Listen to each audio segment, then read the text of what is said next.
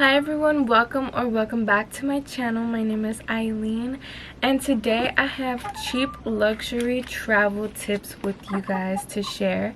So I've been going through these for like the last couple of weeks, just writing down what I think would be helpful for you guys to know. I even have some here in my iPad. What's wrong, Mama? Okay, she's so cute. Okay, let's go through this. Starting off with flights.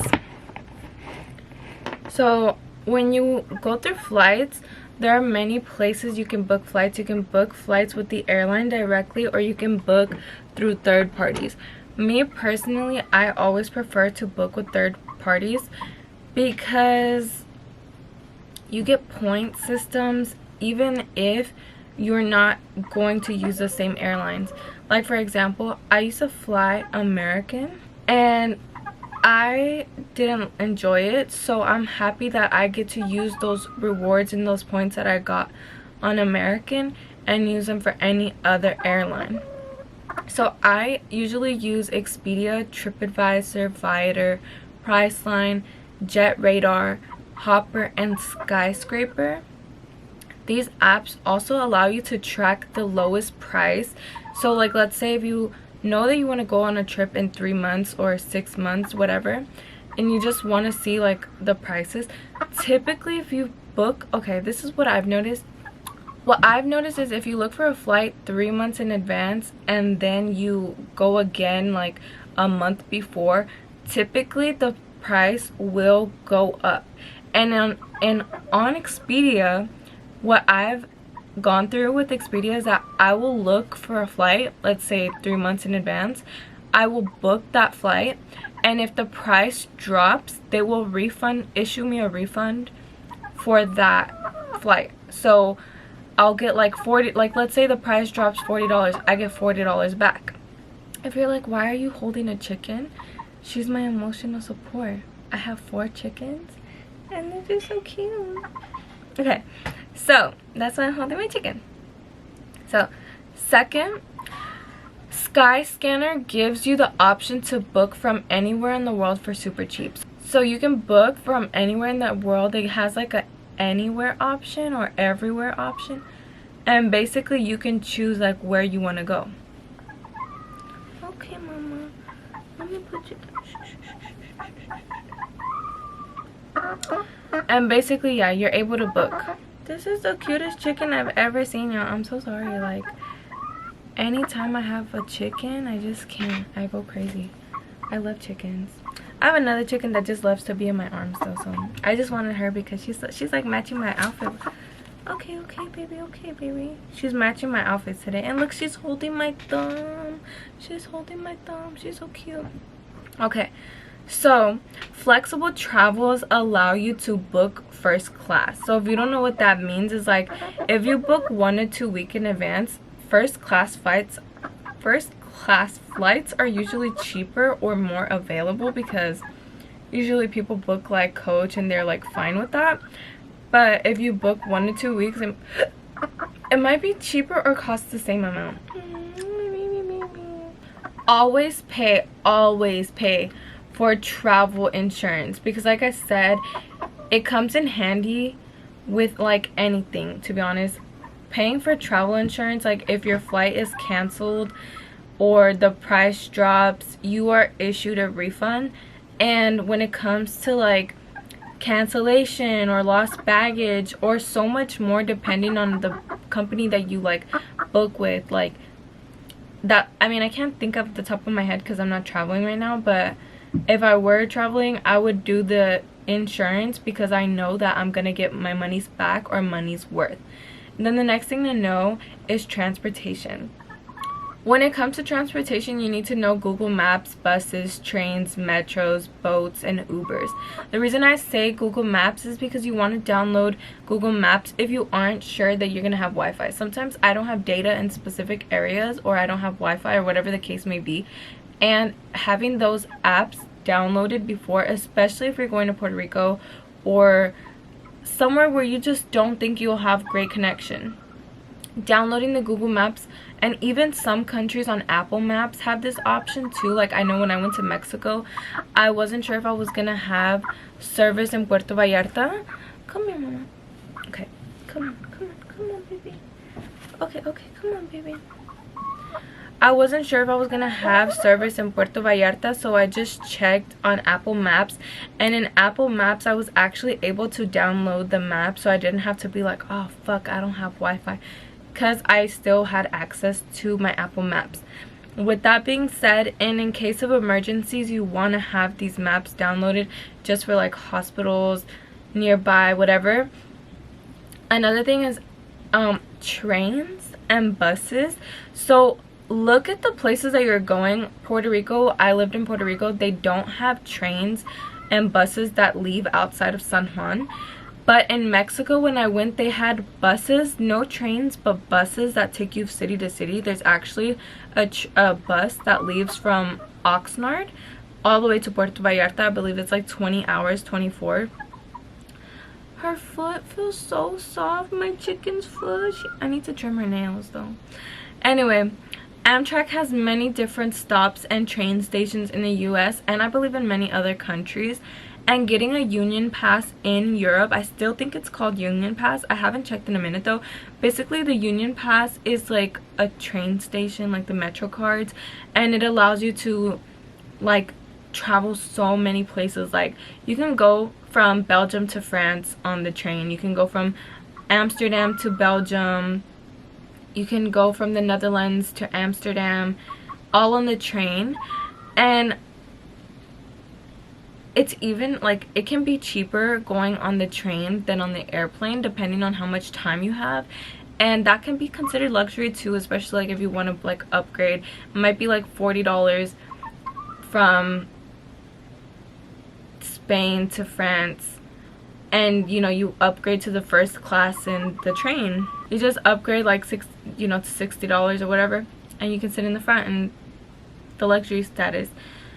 So Mexico has amazing bus transportations, like I said, and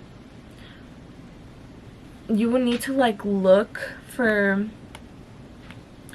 like rental cars if you're going to a place that doesn't have buses or trains and stuff like that. Usually when you're booking a like rental car, you can check like Expedia, Viator, Skyscanner. Skyscanner has really great ferries, so like if you're planning on going to Greece, I went to Greece using Ferry Hopper, but I also went to Greece using Skyscanner. That allowed me to travel. I went Naxos, Mykonos, Serifros, like all these like islands you can go using Ferry Hopper or Skyscanner, but I think Skyscanner is a little bit more reliable than Ferry Hopper. But again, you use the ones that you like best. Stays, like accommodation, I would say, I don't really know, but stays, I would use Airbnb if you're only going to stay for a long period, like, or if you're going for like a month at a time. But if you're only going for like a week or so, definitely check out hotels on TripAdvisor, Expedia, Hotels.com, or Viator, as like sometimes hotels can be cheaper on these apps. But if you call the, like, okay, let's say you see a hotel and you really like it, it's $130 a night. If you call the hotel, usually they'll have a cheaper, like, say like, hi, like, I wanted to know if you guys had availability for, say, your dates. If they say yeah, we do, and then you say like, well, how much are the rates? If they're charging you as much as the apps, I would just book online on the app, because you'll get those points back. But chances are, if you book by calling them, especially if you stay at like a boutique hotel, which a boutique hotel, I stuttered with that, a boutique hotel is basically like a small hotel like in the city or outside of the city, which I have stayed in small boutique hotels, and like just calling them, I've gotten to stay for $12 a night, which was insane. Also,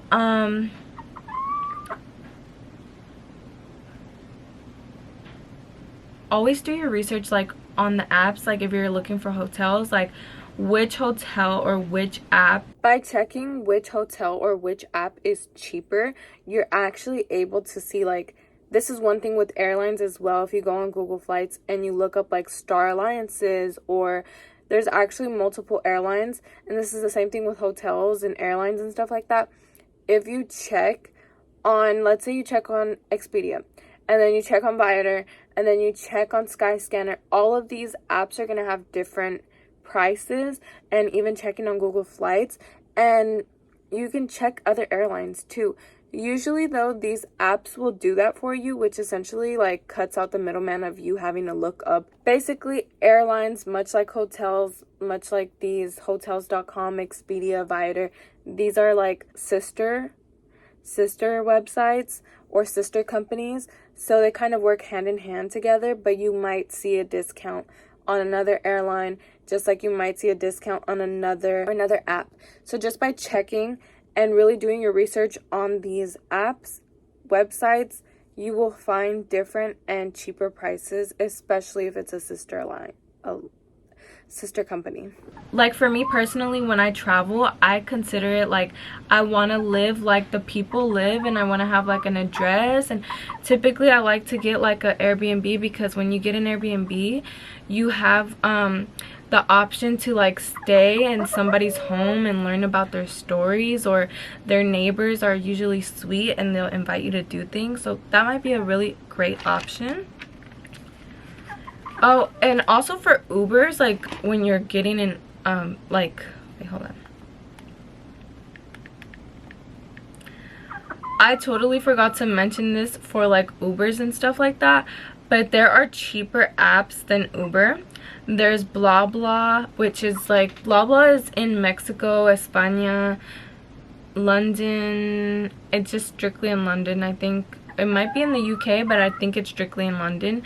But these are rideshare apps, and they have like other local rideshare apps, but you should look up online. Let's say you're going to Brazilian local rideshare app, or download apps, and these are sometimes often cheaper than Uber, and they get you further than Uber, or they cost the same amount of Uber but they get you further. So I would definitely check those out. For food, I would say try small family-owned restaurants, lunch specials, early birds discount. Oh no, you're not the early bird discount. Cheap. Okay, so yeah, so early birds discount, because sometimes like you can fill up for breakfast, have a small lunch and small dinner, like, and then sometimes in other countries they have lunch late or breakfast later than we typically do. So for example, you might have breakfast at like 7, 9 in the morning, but in another country breakfast might be at like 11 or 12, which is technically brunch. So definitely check the early bird specials. There are some apps as well that you can check, but I would just go on the App Store or the Play Store, whatever you have, and look up early bird special restaurant, early bird special apps, and like there are a couple that will come up. I don't have any that I can recommend to you, because sometimes there's like just Facebook groups, and that's typically what I do, is just like look on Facebook and like see. Sometimes they have people that are doing like a breakfast or a lunch group. I would say grocery shop too, because grocery shopping can be really resourceful if you're like staying there for a month, or if you want like snacks. The next thing, activities. Again, I'm gonna say Expedia, TripAdvisor, Viator, Airbnb excursions, I think, or Airbnb experiences. Plan around free activities by searching through TikTok or other social medias to see and learn about real experiences. I myself post a lot on TikTok, so like you might see something that I posted and be like, oh my gosh, how was that, where was that? And just by commenting, like, I will respond to you. Or you might see something that I posted like Playa Paredon, and then be like, where the hell is Playa Paredon? And then you might see like other YouTube, I've definitely seen other TikTokers talk about Playa Paredon, which is how I found out about it. Like I said, going on TikTok, which is what I do, I just look at what other people are doing, and I might like that myself. I have to go put my chicken back because I'm about to go eat. Anyway, so airlines will say they can't upgrade your flight or like your seats or whatever. Like, you know, they might say like you might want to like upgrade your flight or your seat, like you and your friend might want to sit together, or you just might want to sit on the aisle seat or something. But they'll say that if you call, like let's say you book your flight and then like the day before you're like, oh, I want to like upgrade my flight, they'll be like, actually we can't because it's like a third party. But if you're nice and you go up to the, and hopefully you get somebody nice, because this is actually like a debunked thing, like I debunked this. If you book a flight through a third-party app, they can see that even 24 hours, even 15 minutes before your flight. So what you need to do, go on there with a smile, make sure that you hope that you have someone that's nice, because when I had Expedia had canceled my itinerary, so meaning that I had booked a flight and then the next day Expedia was like, you don't have a flight with us, what are you talking about, you don't have an itinerary. I called and they're like, we can't see anything on our end. For clarity and context, Expedia was the one that I called and said that they didn't have an itinerary or anything like that I booked. So that's why I had to go to the airport and express what happened. So I was like crying, I was like stressed out because I was like, I just want to go home. I'm in another country where I can't speak the language. I just want to go home. And I went to the like Delta like front check-in counter. Another thing to know is that usually other countries' airports are much more understanding and generous than the United States. So if you simply go to the airport and express what happened, if you have a receipt, whether that be your credit card or ID, they will most likely find it for you and they will help you out. They're much more helpful than they are here in the States. And I was like checking in and I was like, hi, I just wanted to see if, you know, I purchased a ticket and I paid for it. I have the charge from Delta, but like and this is what I said, I had the charge from Delta, but when I checked for the itinerary, I couldn't find the email and I couldn't find the confirmation, and I just wanted to see like if my name was on the list. I gave them my ID and then the card that I purchased it on, but all they really needed was my ID, and they were like, oh yeah, we have you here. So then they were able to be like, yeah, so it looks like you were booked from a third party and they didn't confirm, but your purchase still went through. So make sure that when you're booking these things, like for real, you take advantage of this stuff, like, and get that travel's insurance and take a screenshot of the itinerary. And yeah, they're gonna know that you booked with it. So like I saw like someone say that, oh, if you book 24 hours and like you 24 hours before the flight, if you ask for an upgrade, they won't give it to you because of not being booked with the airlines. But actually, if you just go to the counter and you ask for an upgrade, chances are they will upgrade you. So keep that in mind. And that's if the flight is not full.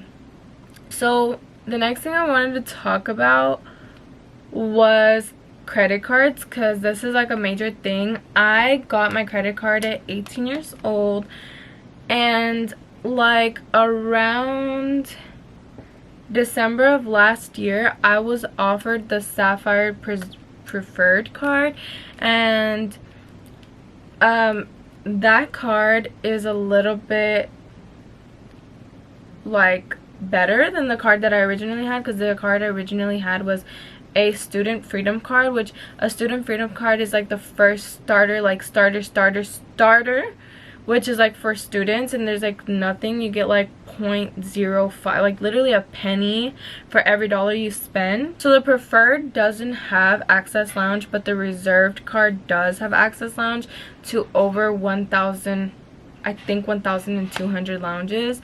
But if you get the Amex card, of course the Amex card has unlimited things, but some of these cards are based off of how much you make. So basically, me personally, like I just kind of like went up the ranks super fast. I went from the student freedom card to the preferred, and like I got the card, got it like around September of 2022, and then December of 2023 they offered me the preferred card, and then from there I had to spend like $4,000 in like 3 months or something like that, which I know is not easy for everybody. So this is why I say like it's not easy to do, but if you're like traveling or planning to travel, I will tell you this: if you're planning to travel, when you're doing luxury travel, just expect to spend minimum of $1,000, and don't try to like go request credit cards when you don't even have like money like that. Don't do that. If they haven't offered you the credit card, there's no point to request it because they're not going to give it to you. For me personally, like when they gave me my credit card, it didn't do anything to my credit score. It didn't knock it. If anything, it actually boosted it because I was able to spend more and get more back. So I would say, like, just whatever credit card you have, just literally get a credit card. Just open a credit card, spend as much as you can, and just pay that back. You have to pay that back. I pay it back monthly, pay it back monthly. But I'm not telling you to go into debt. I'm just, because I know like this is like very confusing information when it comes to credit cards, but literally if you spend $5 in a month, pay that $5 off, because anything you spend on that card, it's literally gonna get you some points. So me personally, like, I had to spend $4,000 in those 3 months, and when I did that, I got $600 bonus points. But I used that just to pay my bills. I didn't use it for travel, which I totally could have, but I didn't feel the need to because I was like, I have bills. So like basically my phone bill was free that month, my school books were paid for that month, like things like that that I had to pay for, like I just used that money for it. So it didn't really like, yeah. But I see a lot of people talking about getting credit cards and stuff like that, which they definitely can be helpful. So just work your way up the credit cards. So anyway, I hope you guys enjoyed this. If you guys want more credit card talk, we can definitely talk about that, but this wasn't the video for that. I just say that I personally travel with credit card. Okay, bye.